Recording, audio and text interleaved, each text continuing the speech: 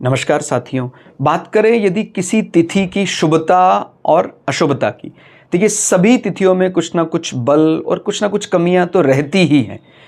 और अगर हम देश काल परिस्थिति अनुसार कि भाई अब जैसे आजकल के दिनों में होली के आसपास होलाष्टक लगने का भी डर है, या जिस स्थान में हम रह रहे हैं वहाँ पर कुछ हमें लीगल मैटर्स भी है, फिर हम आपके यानी वर वधु चार्ट के अनुसार जो बेस्ट तिथियां हैं उसमें मुख्य रूप से ये देखते हैं वर वधु की राशि अनुसार कौन सा जो डे है वो बढ़िया सुटेबल लगेगा। उसमें कुछ विशेष परिस्थितियों में पंचक शांति के उपरांत माने उन पंचकों में भी शादी विवाह किया जा सकता है। जैसे आज का उदाहरण ले, आज जो रेवती नक्षत्र है और कई वर वधु के लिए वो विवाह के लिए बहुत बढ़िया भी है।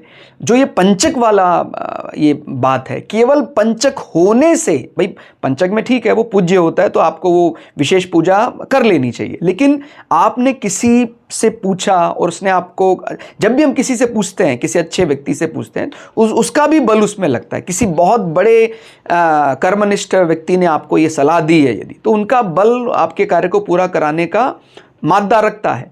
तो ये केवल आधार नहीं हो सकता है कि भाई हमने पंचक था इसलिए त्याग दिया।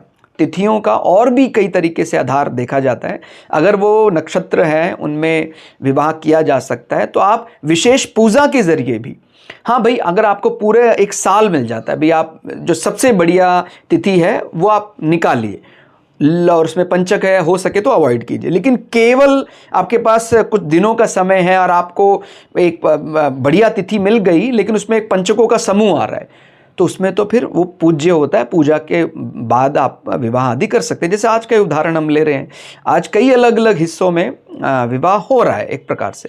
तो इसलिए आपको ये बात समझनी चाहिए कि हर तिथि में कुछ ना कुछ शुभता है और कुछ कमियां भी हैं।